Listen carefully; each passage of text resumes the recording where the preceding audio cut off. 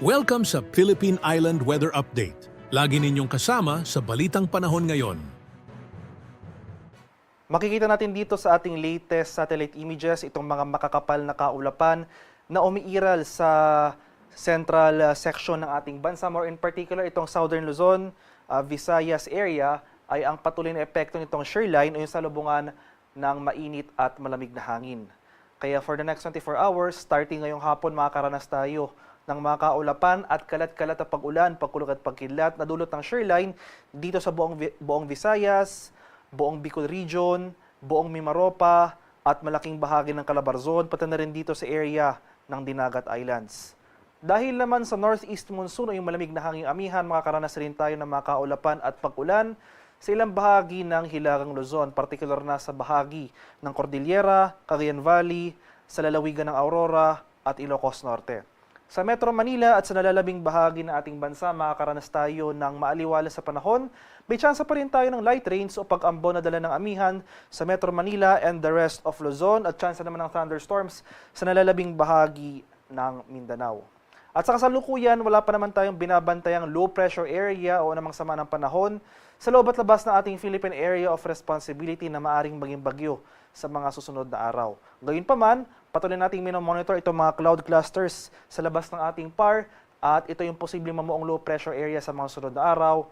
At inaasahan natin na itong epekto ng shearline patuloy na magdudulot ng mga pag-ulan sa malaking bahagi ng Southern Luzon at Visayas in the coming days.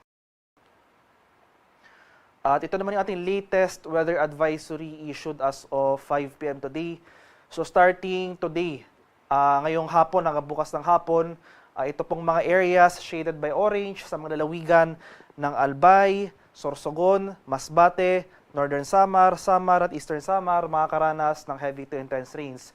Moderate to heavy rains naman ang posible nating maranasan dito sa mga lugar shaded by yellow sa mga areas ng Oriental Mindoro, Romblon, Marinduque, sa Camarines Provinces, Catanduanes, Biliran, Leyte, Southern Leyte, at Dinagat Islands. Kaya sa mga nabangkit na lugar, especially itong mga lugar na nakulayan ng orange, maganda pa tayo sa mga banta ng pagbaha at pagguho ng lupa dahil inaasahan natin na significant yung mga pag-ulan na ating posibleng maranasan for the next 24 hours.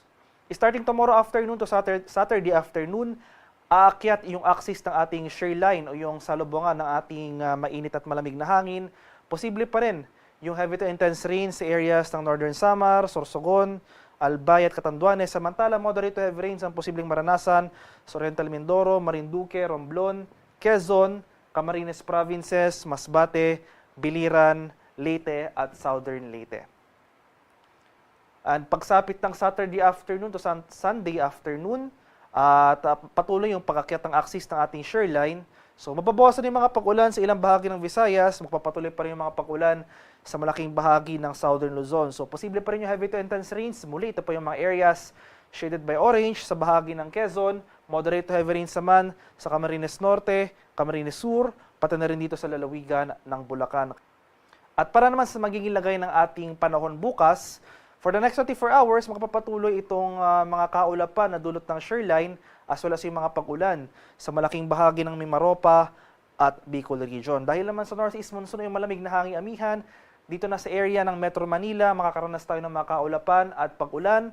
Magpapatuloy rin yung mga pag-ulan dito sa Cordillera, Cagayan Valley at sa lalawigan ng Aurora. For the rest of Luzon, generally fair weather ang inaasahan bukas sa most of Ilocos Region as well as the rest of Central Luzon. Sasamahan lamang yan ng mga light rains o yung mga mahihinang pag-ulan na dulot ng amihan. Sa bahagi naman ng Palawan, Visayas at sa Mindanao, dahil sa shearline, makakaranas tayo. Magpapatuloy yung mga pag-ulan na dulot ng nasabing weather system sa malaking bahagi ng Visayas, pati na rin dito sa bahagi ng Mimaropa. At dahil naman sa easterlies, bukas ng umaga hanggang sa tanghali, asahan natin itong mga kaulapan at kalat-kalat na pag-ulan, pagkulog at pagkidlat sa silangang bahagi ng Mindanao, sa mga areas yan ng Caraga at Davao Region. Pinakamaapektuhan pa rin ng shearline itong area ng Eastern Visayas, kaya maganda po tayo sa mga banta ng pagbaha at pagguho ng lupa dahil inasahan pa rin natin na tuloy-tuloy ang pag-ulan na ating mararanasan. For the rest of Mindanao, magpapatuloy itong fair weather conditions, maliban na lamang sa mga tsansa ng isolated rain showers or yung mga biglaan at panandaliang buhos ng ulan na dulot ng localized thunderstorms.